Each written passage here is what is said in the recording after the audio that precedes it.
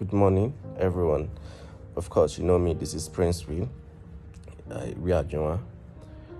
Uh, I woke up this morning feeling a little bit troubled and at the same time motivated to share practical teachings on how one can navigate through life. This is what Hoodnav Academy is about. Last night, even couple of days, and as it is for weeks now and months on ending, I get messages from people, friends, strangers asking for one thing or the other, for my assistance in one way or the other. And it hits me that I'm not going to be able to help everybody. It's not possible. Either with one contact or money or the other, I don't even have this money to help people with. So it hits me to address something that many of us take for granted, which is the power of relationship. As humans, adults, responsible people, we need to be intentional in our relationship. Yes, we need to be intentional in our relationship. Of course, we can meet people by circumstance. Circumstance make us meet people, but our relationship should not be left at the level of circumstance. There must be intentionality towards our relationship with people. Now, many people I observe are limited in their thinking. They never really consider the future as much as they should consider. This is not to be obsessed about what is not, but to be proactive, to see beyond the horizon. Some people, if not many people, while in the university, they are focused on coming out with a first class, second class, upper, doing great academically, which is good. It's good in itself. It's very good. Some other people stick to doing so well at office, seeking promotion or increment in salary, that they fail to understand there is more to life than promotions and salary. What is this thing that is more to life? It is relationship. Yes, quality relationship. You need to surround yourself with quality people. Quality people. This doesn't mean you look down on people who do not have money as much as you do, or who do not have connections as much as you do, or who are not as intelligent, smart, highly educated as you are. No, that's not what I'm talking about.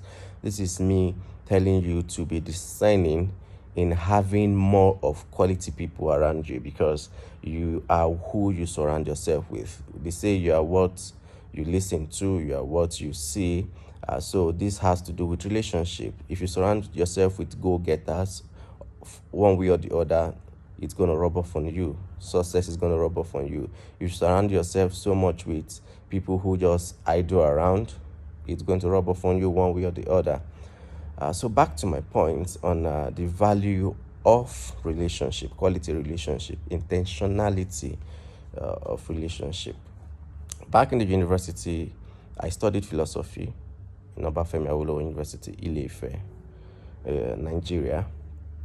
And I happen to be member of two prominent associations.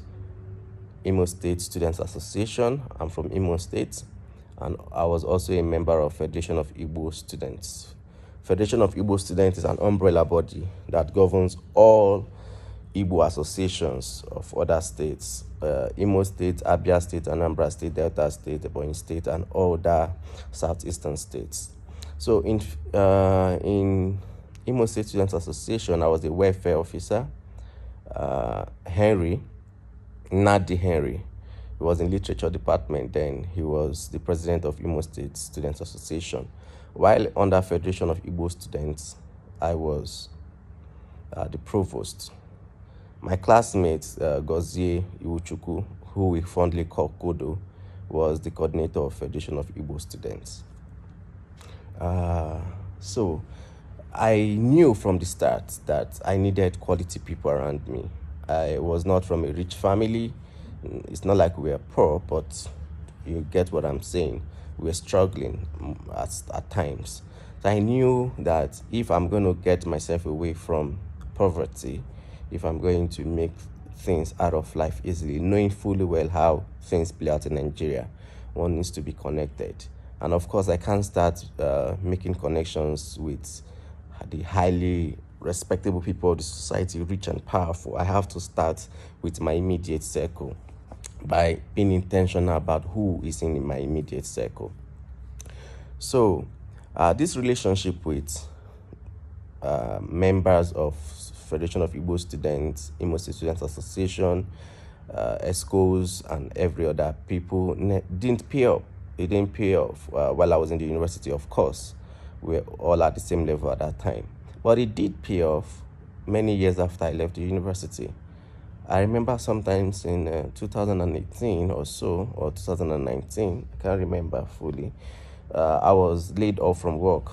Yeah, I was fired from work because I spoke for the welfare of my colleagues at work. We were having very terrible work conditions. So I spoke about it during our staff meeting, and of course, you know how it is in most Nigerian companies. It was not owned by Nigerian. It's an international company, but that branch in Nigeria was managed by Nigerians. You know how it works. I was laid off from work. So that day, on my way home from work, I was devastated. I called my friend, Gozie Kodo, who was Federation of Igbo Students coordinator. I called him and told him, guy, I've been laid out of work for so and so reason. He was just so quick to tell me, you know something, let's see the following day if I'm free. He gave me a location to come meet him. He was at that time working with a company in Lagos owned by Chinese, an inverter company. I never knew he was even in Lagos, let alone having employment in Lagos, because he was fully based in Anambra State in Southeast. So you can imagine when I got a job just hours after I was fired from a job.